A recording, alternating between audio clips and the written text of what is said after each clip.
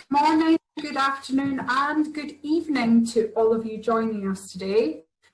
A warm welcome to this exclusive webinar organised by the leader in mmWave technology, Blue Wireless. In this webinar, we'll be discussing some of the hurdles to realising a smart city and how these hurdles can be overcome. My name is Liz Churchman, co-founder and PR director of B2B Tech PR consultancy ECPR, and I will be moderating the session today.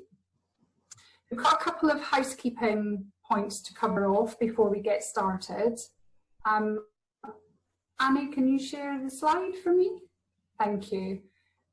Just wanted to reinforce that there is an opportunity to ask questions, but please can you use the Q&A function when you want to ask a question. You should see this at the bottom of your screen. Please use that rather than the chat function. That way we will make sure that we pick up the questions at the end of the session. We will be dedicating some time at the end through the questions and we'll try and cover off as many as we possibly can.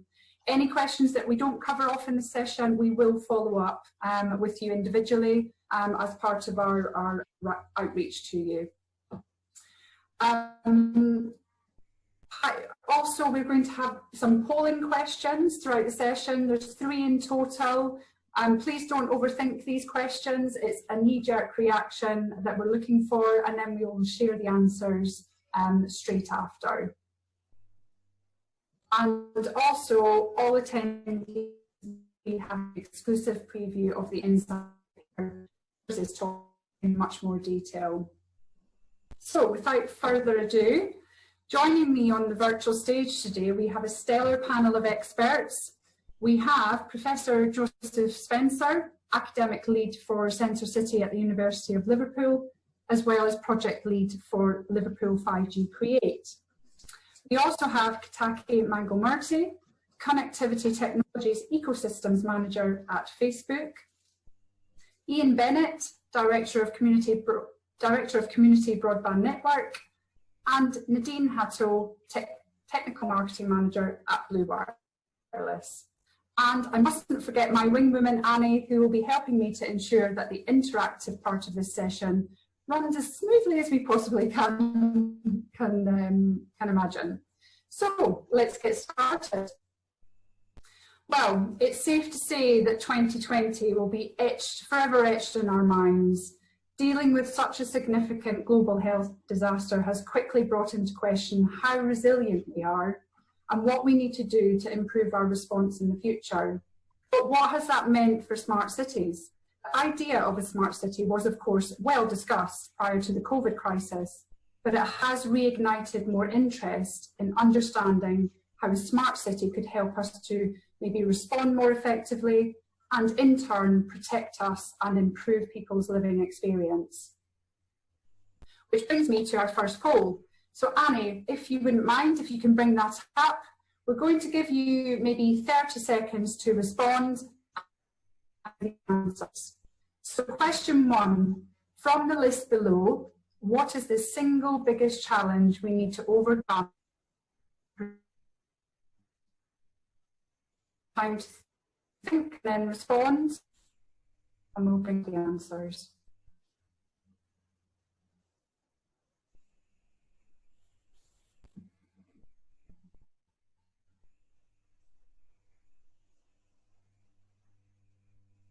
Okay, so another 10 seconds and then we'll share the responses.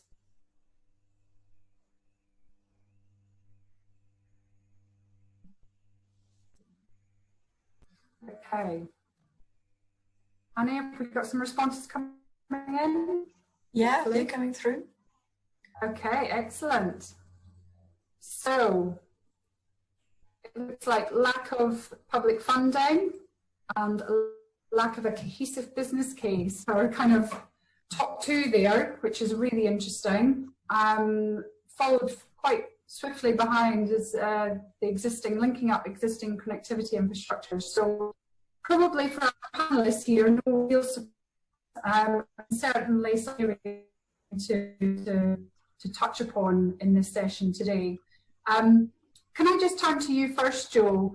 In terms of, I suppose, following on from this poll, how have you seen this manifest itself in the context of your own role? I know you've been quite heavily involved in some of these projects. So how have you seen this manifest itself, and what would you say have been the overarching blockers? Yeah, I'll just touch on the funding one. I think that's quite important. I think the role of government should be to kickstart activity in various areas, especially in the 5G and connected cities.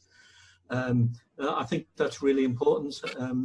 We've received second wave of funding from DCMS in terms of 5G technology in health and social care, delivering that sort of aspect.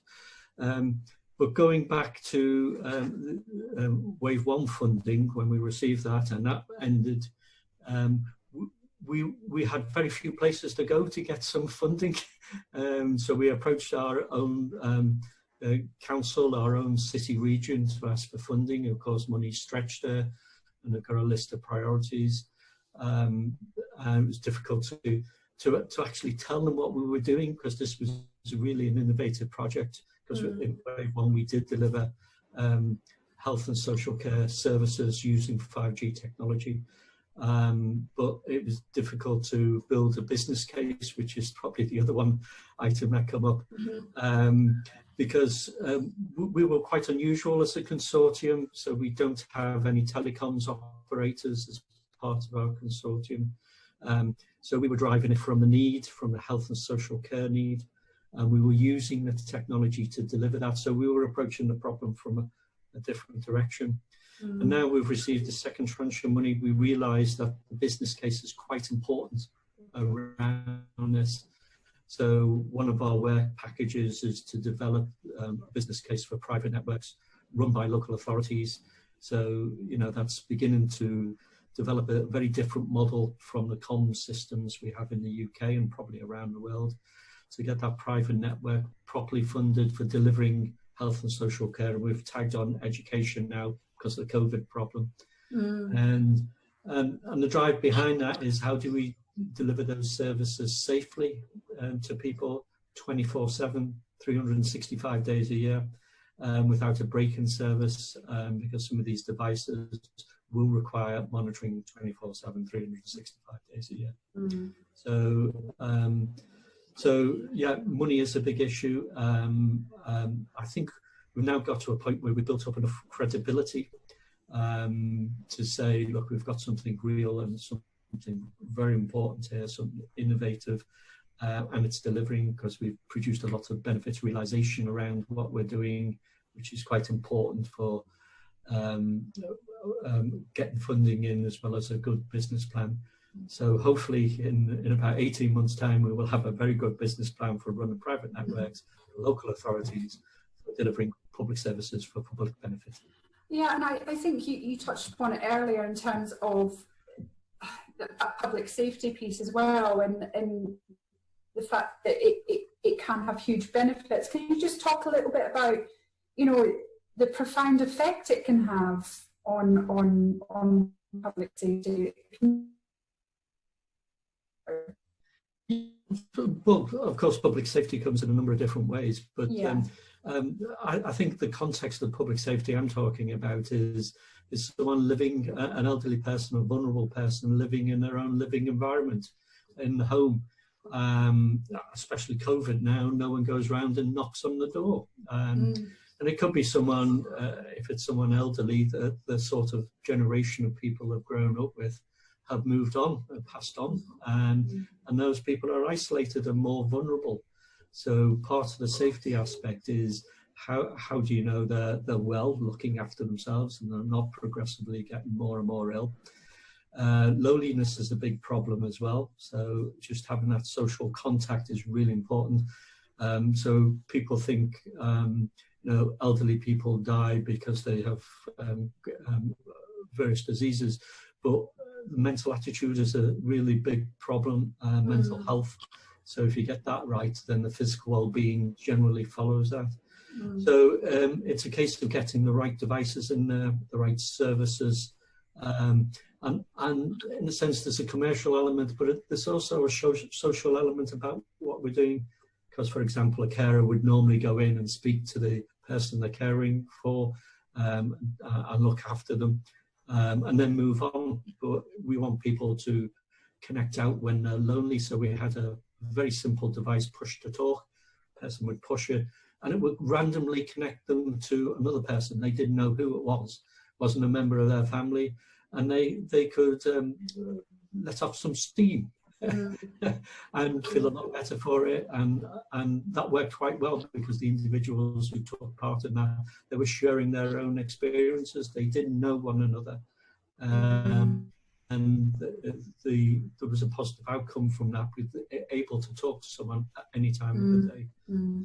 And I think we touch upon it in our insight paper, which obviously is part of our discussion here today. But you know, that whole idea of the fact that so much emphasis has gone on to digital services just because of the disaster that we've faced over the last 9 months has almost created that, you know, that further gap in terms of the digital divide, and particularly around the elderly people, and the fact that we can't just assume that they will be able to access these types of services really easily. So even if, you know, there is both the kind of social element, but also the technology element that we've had to really kind of, you know, cities around the world have had to really kind of focus on. Yeah,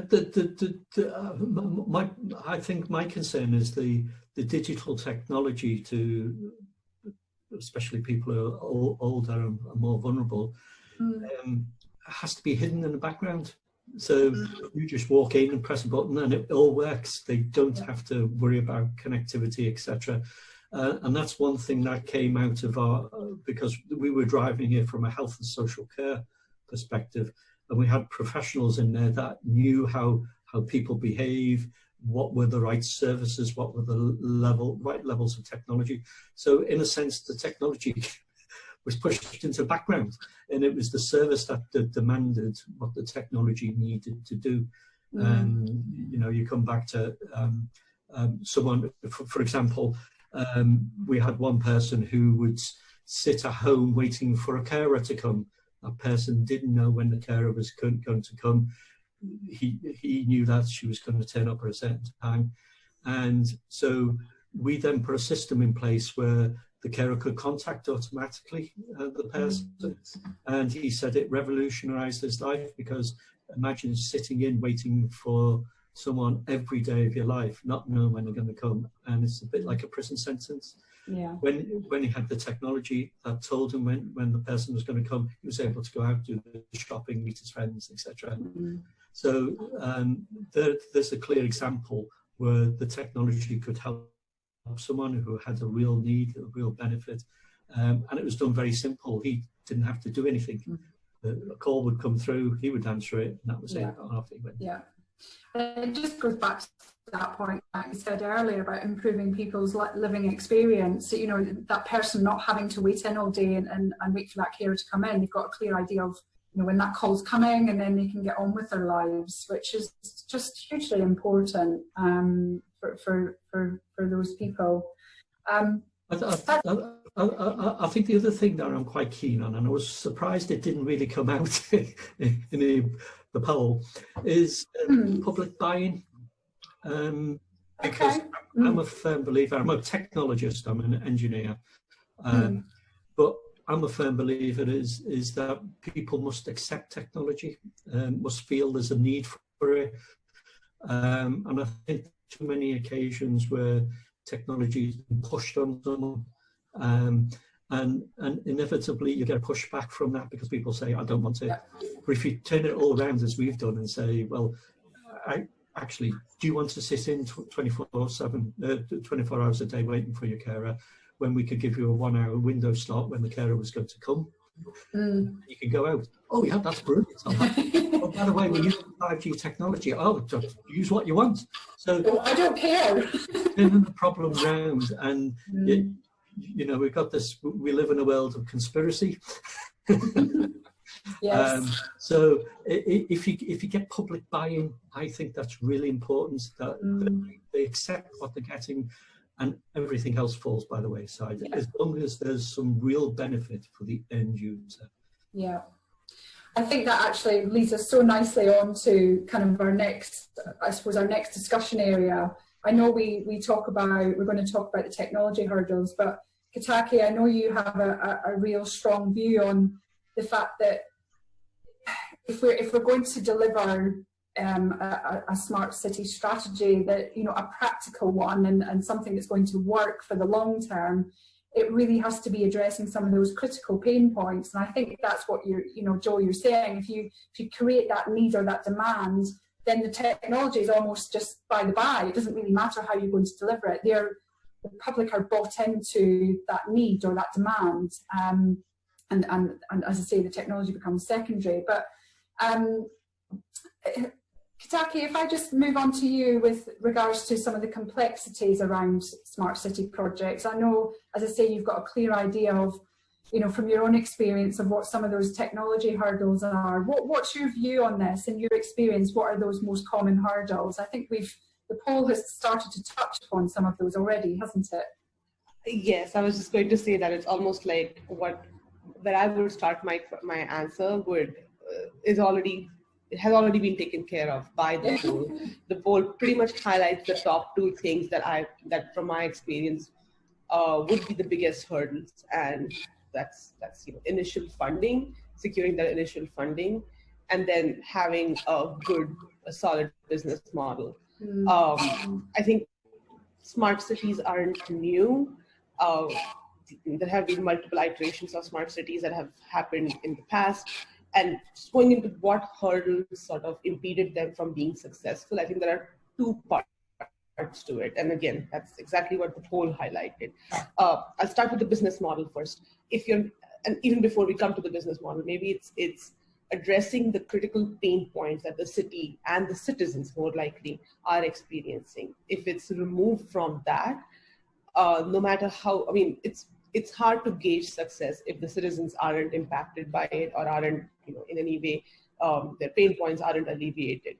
So the success of smart city primarily rides on on addressing these critical pain points faced by the cities and the citizens. But then sort of moving away from that, that stays important, obviously.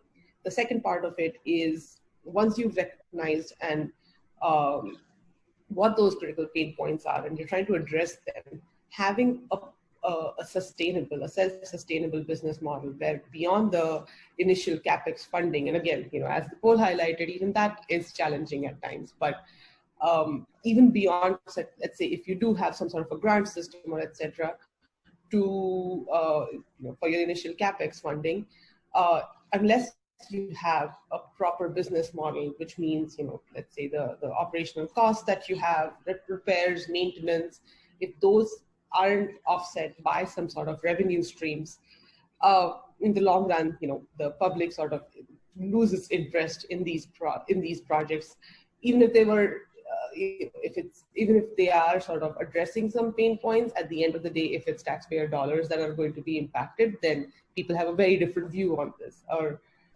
it needs to keep showing some incremental benefit for the public or the cities to keep investing in that. So, and that doesn't work out in a good way mostly, which is why having a good business model that doesn't rely on taxpayer funding in the long term is super critical. And then I think those become sort of the business side of the hurdles, one being the initial source of funding, and then the business model. Going to the second part of what you asked, which was the technology hurdles.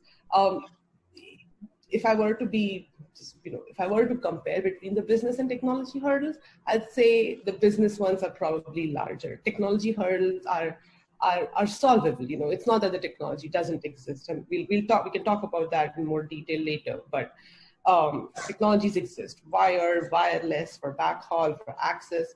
But applying that is kind of where the hurdle could rise. Let me think about, so going to backhaul a little bit. Unless you have a good backhaul architecture, and I think that was the third or the fourth response in the poll, which is that unless you have a good backhaul architecture, you cannot build any service. It would be hard to build any kind of good service for our application for the citizens. And that could be something like Wi-Fi or a public safety application. Everything needs a good backhaul architecture.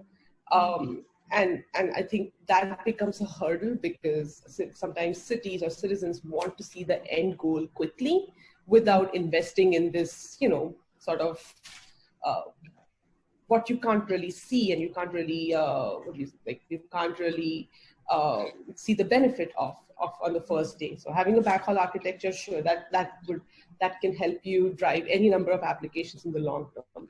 But on day zero, well, you can't really see any benefits of it. So I'm not saying that it's not important. It's super important. It's just that you don't see the end benefits of it, which means that cities sometimes don't invest the right amount of resources in that backhaul architecture, which becomes a technology hurdle. And I think, sorry, I was just going to say it's very much the beating heart, isn't it? And making sure that everything else doesn't then just be working in silo pockets across the city. It's actually then all joined up.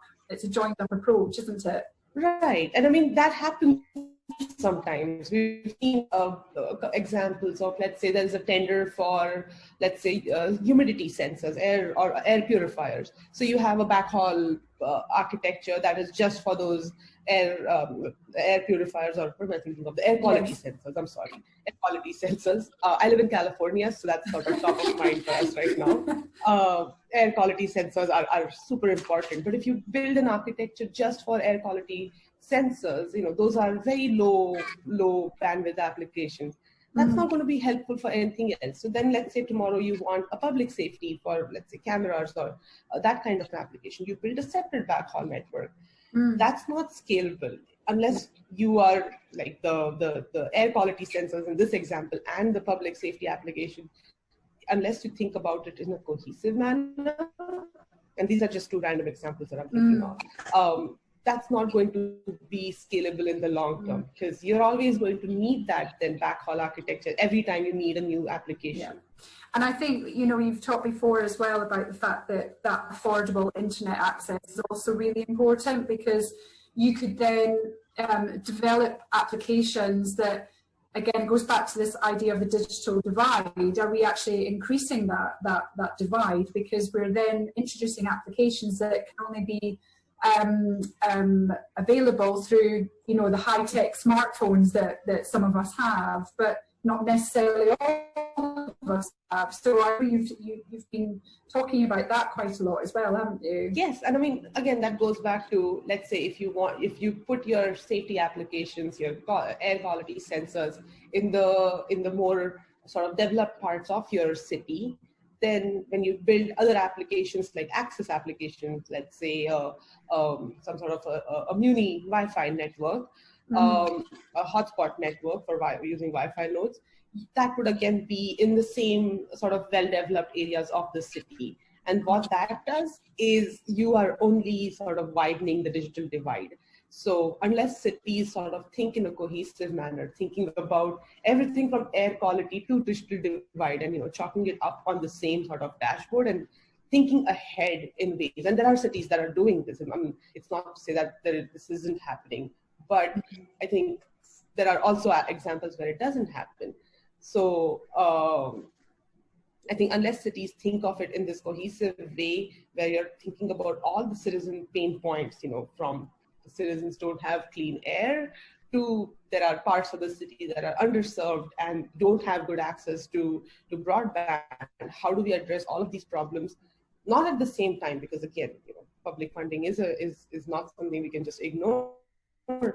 Lack of public funding, but how do we solve this problem in phases so that we don't widen some of the problems like digital divide, and I think that's very critical. Yeah, and I think, again, we'll touch upon that very shortly with Ian, I think, in terms of the role that, I suppose, both at a central level but also a local level in terms of the governments, that there is a huge role for each to play. So we'll touch upon that in a second. I just want to move on to our next poll. And this is question 2. And it's I suppose it's kind of leading us nicely onto this whole conversation about digital divide. But we want to get a sense of, do you think the deployment of 5G technologies will help narrow the digital divide? And there's a few options there. So again, we'll give you a few 30 seconds to respond to that.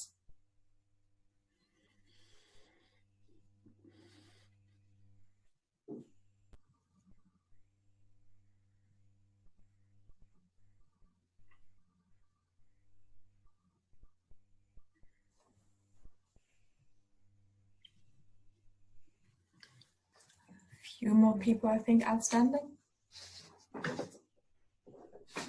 Don't forget to vote. Okay. Yeah, it is.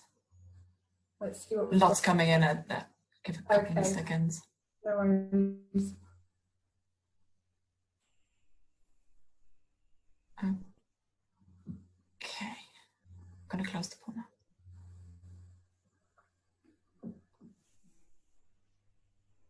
Okay, so almost a very strong yes, it will narrow the digital divide. Really, really interesting. Really interesting. Okay, I think that will be. Any of our panelists want to respond to that before we move on? I know, Joe, Ian, you're smiling there. What do you think? Yeah, I mean, these things are all connected. No pun intended. But if there isn't a strong local accountability for the kinds of services that the smart cities networks are offering, then it won't narrow the digital divide. I mean, Kataki was talking about the need for a private sector business case for this. There's also a need for a really cohesive public sector business case for this, because the priorities of national governments and the needs of local communities aren't always aligned in the way that you might like. So if everything happened in perfect sequence, if the backhaul was in place, if the investment in connectivity networks went in at the time and to the scale it was supposed to, if those networks were accountable and 99.999% operable in the way that they should be, and if provision of 5G wasn't determined by consumers but by service users, citizens, then yes, I'd agree that the digital divide would be narrowed. But I'm afraid I remain a bit skeptical about that. During the crisis, we've seen massively increased demand for reliable activity. And the most of our working day in look a bit like this, talking to people. But also, how many kids who haven't been able to attend school for various reasons haven't been able to get connectivity and don't live in the kinds of areas which are prioritized for commercial investment in 5G networks? In that sense, there's a you know, as in marketing, where there's often that kind of chasm between the idea and the actual adoption. We could have a chasm running through 5G here if we're not careful. That the services are all there, but actually the means to benefit from them don't exist. People change their thinking about place and space through the pandemic as well. You know, for a long time now, I've been looking at these great radial cities, this hub and spoke approach with people traveling increasing distances to access opportunities in the city. That's now been completely flipped on its head. People are thinking about the opportunities that exist within a 15-minute walk of their front door. And now there's a much greater expectation that will include provision of public services. That will include healthcare. That will include education. And that the quality of the pavements, the lighting, the playgrounds, the public realm within 15 minutes of their front door will be of as good a quality and as consistent a quality as you'll in city centres. And that simply isn't true at the moment. So the moment, certainly in the UK, which is a massively centralised state, but it isn't unique in that, central government determines the allocation of that resource. And it can change the allocation of that resource. Even when we started discussing this webinar, there was a promise on the table for £5 billion worth of investment to get fibre connectivity to every premise by 2025. Rishi Sunak tore that up. Okay, so we're now looking at 1.2 billion, not 5. We're now looking at a timeline that might go out to 2033. So you could have more than a decade in which communities that don't have the fibre connectivity that provides the backhaul for these 5G services simply got no chance of accessing services which councils are trying desperately for reasons of cost saving and consistency to move online. And when that happens, what gets undermined? People don't think about the technology going wrong in that sense. They don't look at it and go, oh, 5G hasn't worked. They go, the local government hasn't worked. The health service hasn't worked. The education service hasn't worked. And once you lose that trust, and once the link between accountability for delivery of a local service and responsibility for providing the budget at the national level is broken, then you lose consent. And without that consent, neither the private operators nor the public sector service providers can work efficiently. So it's really, really critical that we don't just, assume that the technology will be a band-aid over those problems. It could actually, with uneven investment and an uneven balance of responsibility between national and local governments, seriously exacerbate existing problems. And Can I just jump in here for a second, Liz? yes. I also think it's very important to be looking at license exempt spectrum for part of the solution at least, because then it's a cost-effective rollout of highly capable technology that's going to help make a solid infrastructure possible at a good cost, and that's going to contribute to helping make the digital divide smaller. And by that I mean things like a millimeter wave equipment in V-band, or a very large piece of spectrum that's license exempt. And then, as Kataki said, using Wi-Fi as an access technology where possible is again a great option if you're looking at trying to make the digital divide smaller. Yeah. Can I just add something? Of course.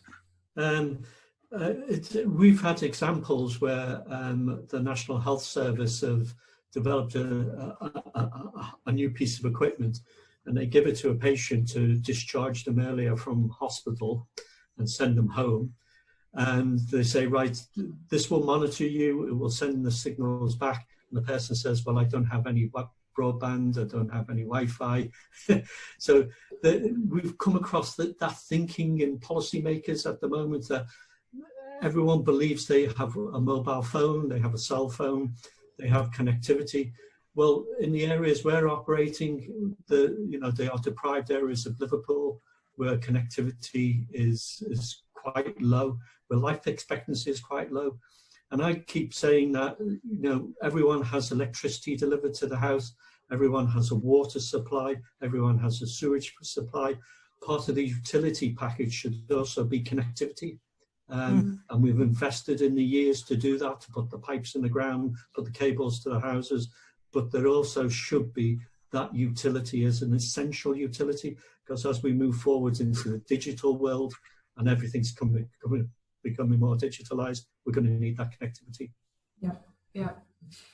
Just going back to your point, Ian, before I move on to, I suppose, the next kind of discussion point, you talked obviously about the kind of centralised nature of our government, and I know you have a view on the fact that obviously when we've been thinking about this 15-minute city that we're effectively in now, it's the fact that some of these local authorities or the local governments have an absolute opportunity to try and capture and capitalise on that. And it's actually making sure that we can give some of these local authorities the resource and capacity to be able to develop that vision, I suppose, for their particular city or their area. I think you touched upon it earlier, though, but I think that's quite a clear message that I said. Yeah, and it's also a huge opportunity. I mean, Nadine touched on this as well. It's a huge opportunity for innovation. There isn't about to be a political volte-face, which suddenly means that more resource goes to the most deprived areas. And the fact that they're the most deprived areas means that they're also the areas to which least private investment goes. Mm. So that might sound like a strange set of incentives for private sector business to move in there, but actually, in many cases, it's the perfect conditions for trying the kinds of innovation that Nadine was highlighting, where you're not going to be stumbling over regulation. You don't have a competing set of priorities because nobody else has prioritized this area. So I do think we have, I know that my original take on this was very negative, but I do think there are opportunities to be grasped there. But again, those opportunities all start with engaging with the communities in those places, gaining their trust, demonstrating your accountability as an organization and the ethical nature of what you're doing, and getting consent. Okay. I'm conscious of time, so I want to give some time to some questions at the end, and we have another, I suppose, discussion part to focus on. I just want to open it up to the third and final poll now.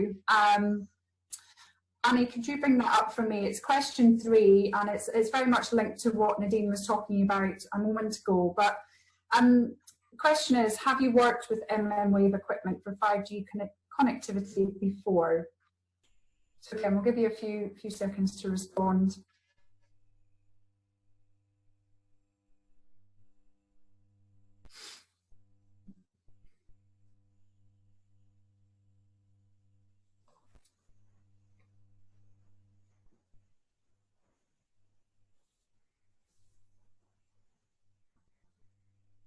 How are we doing, Annie?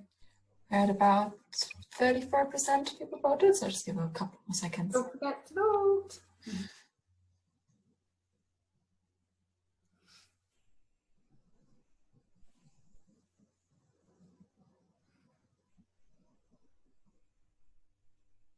Okay, let's have a look.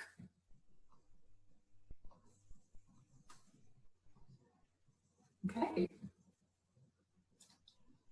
Okay, interesting. 67%. Okay, which probably leads us quite nicely into, as I say, I'm conscious of time, and I wanted to, it's a subject that we could talk at length about because there's so many facets to it. But I think one of the areas that we were quite keen to talk about here is, what does that workable strategy look like? Robust connectivity, undoubtedly, it's going to play a pivotal role in our pursuit to a smart city. But what has become clear in some of the sentiment from our panelists today is that the network infrastructure can be often a major issue, and in some cases it's no longer fit for purpose. And with consumer demand for faster, more reliable connectivity, as we've described, on the rise, we do need to be looking and identifying ways of improving that connectivity now, but also in the future. Nadine, I know you've got some, I suppose there's some strong views that the evolution towards 5G will be imminently accompanied by substantial network densification and massive deployments of small cells. But in your view, what if you think about that workable strategy, what needs to be considered? What are the main parts of that, components of that? Yeah, absolutely. And I think with everything that's been discussed so far in this session, yes, we need a very robust, reliable network that can carry this huge increase in traffic that we're seeing, especially as we've heard, the pandemic has made people more home-based, all the different applications they're using. There's public safety applications for cameras, the health, the social care, everything. We really need to invest in a very improved backhaul infrastructure, as Kataki talked about, and various access strategies. And there absolutely has to be substantial, as you said, network densification and a small cell approach to achieving some of those technical and solutions. So millimeter wave is an ideal candidate technology for at least part of that solution. As the small cell densification process occurs, it's perfectly suited for small cell backhaul.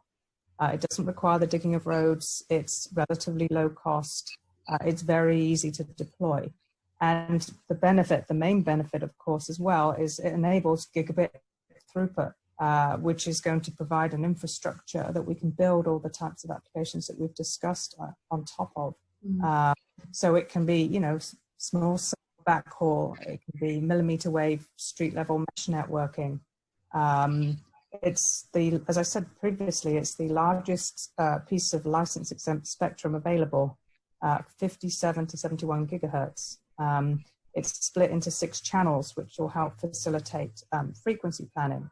So as you're densifying and having, you know, clusters of small cells instead of big macro cells, you need to think heavily about frequency reuse so that you can achieve that. It's very easy to deploy. It's self-aligning with the active beamforming. It can be point to multi-point, so you can have self-healing networks. You know, one or multiple links can always be available with good planning. So I think at least part of the solution, and 5G is everything to everybody. It's not going to be one technology that is going to provide us with a 5G network. It's got an integration and implementation of lots of different technologies. But I do, you know, millimeter wave technology in the license exempt band will play a big role in providing a very solid, affordable network infrastructure, because clearly the current one's not fit for purpose anymore. The purpose has changed from when it was originally done. And or seen with COVID or with various public safety type requirements, you know, the different technologies that are going to be built on top of that network. It's going to be a combination of suitable technologies to solve these different pain points. And it has to, you know, deliver long-term sustainability. Yeah, absolutely. An area that we haven't touched upon, but maybe we've just got a couple of minutes. Joe, I know we've been talking about the role of the digital twin, and I suppose simulation technologies can play a role in helping us to build parts of that smart city and allow that testing and trialling to take place. You've talked obviously before about the Liverpool 5G, you know, the health and social care side of things. How, you know, in your, again, can you cite some examples of where those simulation technologies have really kind of come to the fore and really pushed this forward?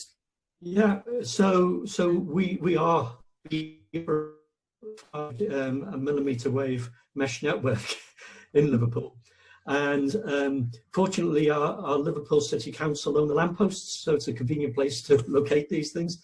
So we developed, or rather an SME on Merseyside developed a map of the Liverpool area, pulled down data from the Ordnance Survey, which is really important, post data, etc., to plan where we would put those nodes. We knew which areas we want to cover, but which was the best way of doing this, and tons of connection. This was basically design games, use software, design games, and developed this digital twin using a game technology. And you can get a solution within 10 or 20 minutes, whereas the traditional methods take a lot longer. It just runs and does the simulation for you, tells you need to put you know, a millimeter wave on that post, you need a point of access there to the fibre ring, which we've got. We're now extending that to look at the small cell penetration that we're going to put on the end of that as well. So everything Nadine was talking about. And we demonstrated this, of course, in wave 1 to our funders, which was DCMS, and a technical expert said this is absolutely fantastic the way you've approached it, which was very different from traditionally approach. These digital planning, twin planning units that can offer benefits when you're rolling this sort of stuff out. Yeah. And we haven't had a problem. We've put these millimeter wave units up, and they've worked first time. Fantastic. And I think it's true to say we've probably got the largest millimeter wave network, if not in UK, Europe. So and it's operational.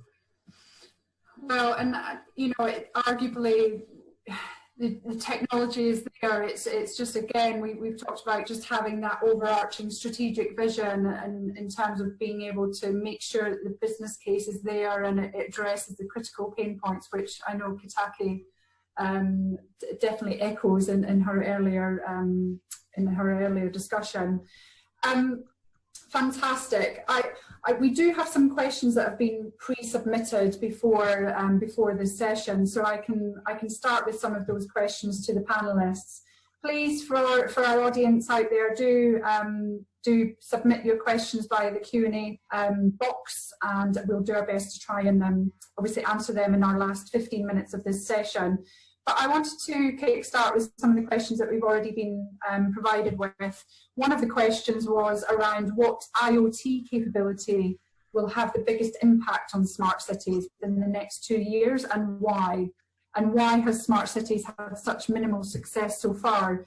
I think the latter question there we've addressed to some degree, especially with regards to our polling question.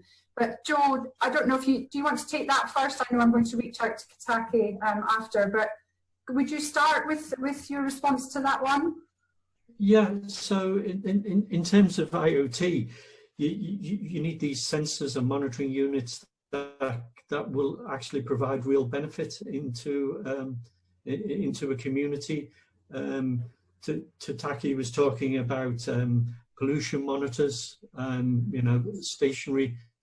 But you can equally put those pollution monitors on moving vehicles. They could be service vehicles, or they could be public service buses or something like that. And you can then map real pollution corridors. And you can direct traffic around then the city to avoid build-up of additional pollution, or move people away. So there's a lot of IoT capability that could come on board, but there has to be a real need. There has to be a real rather than technology push, it has to be an end user pull for it. And if people are feeling safer, they're breathing cleaner air, then that's the way you approach it, and design your sensors and monitoring systems around that. And as I said before, I think people approach smart cities and other 5G technology in the wrong sort of way. You've got to ask, what's the need? What's the problem I want to solve? And it's not connectivity. It's someone's health, it's pollution level, it's I want to get from A to B a bit quicker, can enable that. Yeah, and coming to you, Kitake, I know you talked about it earlier in terms of, I suppose, why smart cities had such minimal success so far. Is there anything else you would want to add to that? Because obviously, this idea of a cohesive business case is so critically important. But is there anything else you would want to add there? I'm going to verbatim agree with what Joe just said, and I'm going to try to repeat that, which is, it's not about 5G, or it's not about the buzzwords like smart cities. It is about, why do you need it? Like, can you explain it to like a 5-year-old? Why do you need it? If you could do that, then that's the groundwork for your project. And then obviously on top of that, I sound like a broken record, but a sustainable business model. And going back to, I think Ian said that, which is not just from a private sector perspective, but also from a public sector perspective. What sort of revenue streams could that drive it? Private sector revenue streams, but also from a public sector point of view. Considering all of these things, the pain points, the business case, what would drive success right on day one, and not leaving anything to, we'll figure it out later, would ensure success, and sort of figuring out as we go.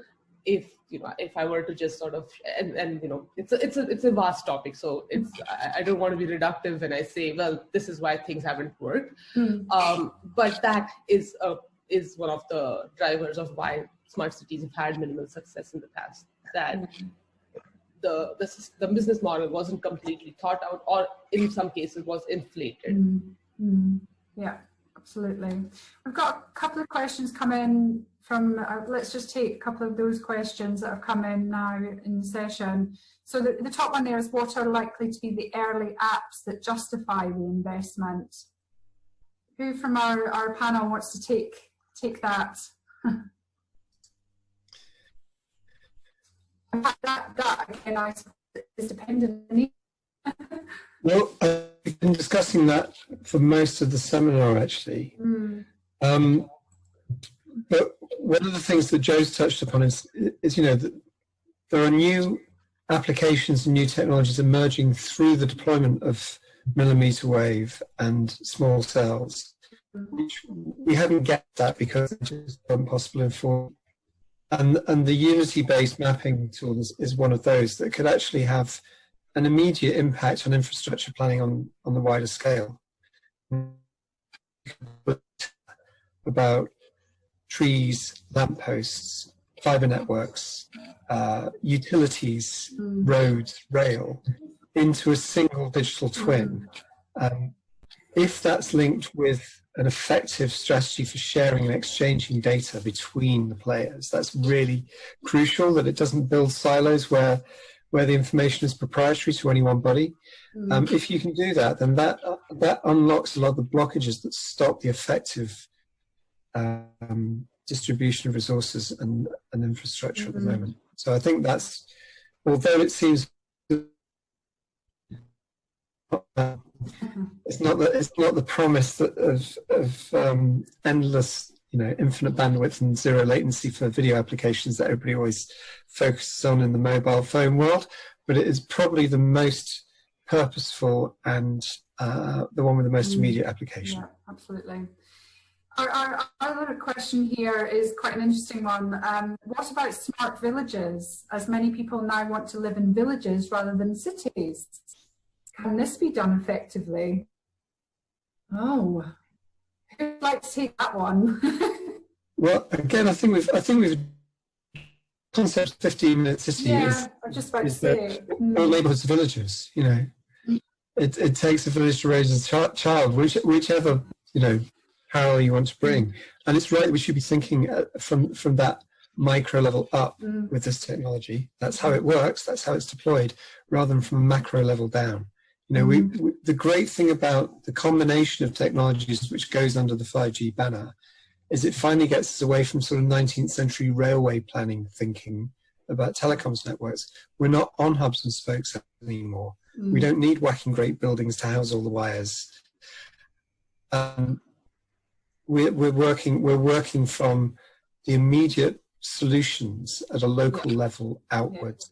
That's an excellent response. I mean, as you said, the types of technologies that are rolling out, again, if you look at millimeter wave, if you want the super high throughputs at the high modulation encoding schemes, you're looking at a cell of around 200 to 300 meters. And then outside of that, you can reuse just because of the nature of the waveform. So it's a much more modular and custom network that can be designed and put out rather than just one big umbrella over one massive area. Very good. Interesting. One of our other questions that we had was around security issues. I think this is quite an interesting one to tackle, probably quite a big question as well that we might not be able to do justice in a couple of minutes. But Joe, I'll come to you on this one. What would you say are the security issues to be addressed before we can have, you know, this idea of a smart city? Is that something that you've obviously tackled in your everyday role? Yeah, it's about data, personal data, I think. Certainly from the perspective we're approaching health and social care, that if you're going to use these connected systems, you've got to protect and encrypt the data that's being transferred from A to B. And everyone has their own view on this. And again, I think it's a case of having the right protocols, having the right security levels in place, and then reassuring the end user that you are proactive about protecting their data and you realize their data is important. So I think, you know, we glibly give our data away because we want to use an app or something. But if we can persuade communities that actually their data is quite important, and so if there's an outbreak somewhere in the community, the health service can track it down and respond quickly. We've seen that with COVID, and certainly in Liverpool, we were in a higher tier level. before we went into lockdown, and then we got this mass testing, and our levels have dropped quite significantly, only because the data was there for people to use. Now, if you had that coming in from in digital form around the community, then you can predict a wave of influenza in area A and then respond accordingly. But it's making sure that people feel safe in giving their data, but also they get something back for giving their data. Yeah, absolutely. Yeah, it's very true. Let's tackle one last question before we try and close off. We had one around the fact that there are several competing 5G technologies as well as fibre. I know you've touched upon it, Nadine, but in terms of which of the niches for which the unlicensed spectrum is most suited, could you just give, I suppose, kind of final thoughts on that? Yeah, I mean, I've mentioned the key things already, but yeah, so just to focus on this particular question, the license exempt operation, particularly at the B-band, which is the 57 to 71 gigahertz, is the big bit of free spectrum. It's really attractive for any kind of 5G deployment where cost, ease of deployment, and extremely high throughputs, gigabit throughputs are requirements. It's low cost because it's wireless, there's no digging, the nature of the protocol with the active beamforming and self-alignment means it's very easy to deploy. And again, just as nature of the waveform, it's extremely high throughputs, gigabits per second. And so it's definitely got a key place for that sort of last mile wireless access or wireless backhaul, or small cell backhaul for densification. So many different applications in that sort of providing a very good solid network infrastructure space. And they don't need to then compete with the larger needs of the mobile operators. They do something else and use a licensed spectrum for general mobile access. But anyone doing this license exempt millimeter wave stuff, take advantage in a lot of investment in terms of time and technological developments. There's a big group really pushing and supporting this kind of development. I mean, the Facebook TIP project, for example, lots of work on millimeter wave networks and many companies working to develop high grade quality, carrier grade quality equipment. So that's, it fits in. There's always a place for other technologies, of course, and 5G is going to be literally everything, all different parts of the spectrum, cabled, wireless, everything. Sorry, I'm just knocking my computer there. As long as everything's integrated. It's definitely got a very key role to play. Well, I don't know about anyone else, but it's been such a fascinating discussion, and I'm sure we could carry it on for quite some time, and all the different facets of it, but it certainly sparked an interesting and insightful discussion, which has been great. And as mentioned, for the audience out there, we will be sending through a recording of the session from today, and you'll also have early access to the insight paper, which basically deep dives into some of these areas that we've discussed today. So all it is from me to say is it's been my pleasure to host this session. A really big thank you to our panellists, to Joe, to Ian, to Katake, and to Nadine. For everyone out there, I hope you found it interesting. Enjoy the rest of your day and your evening. Thank you very much, everyone. Thanks all. Thanks, Liz. Thanks, Annie. Thank you, everyone. Bye.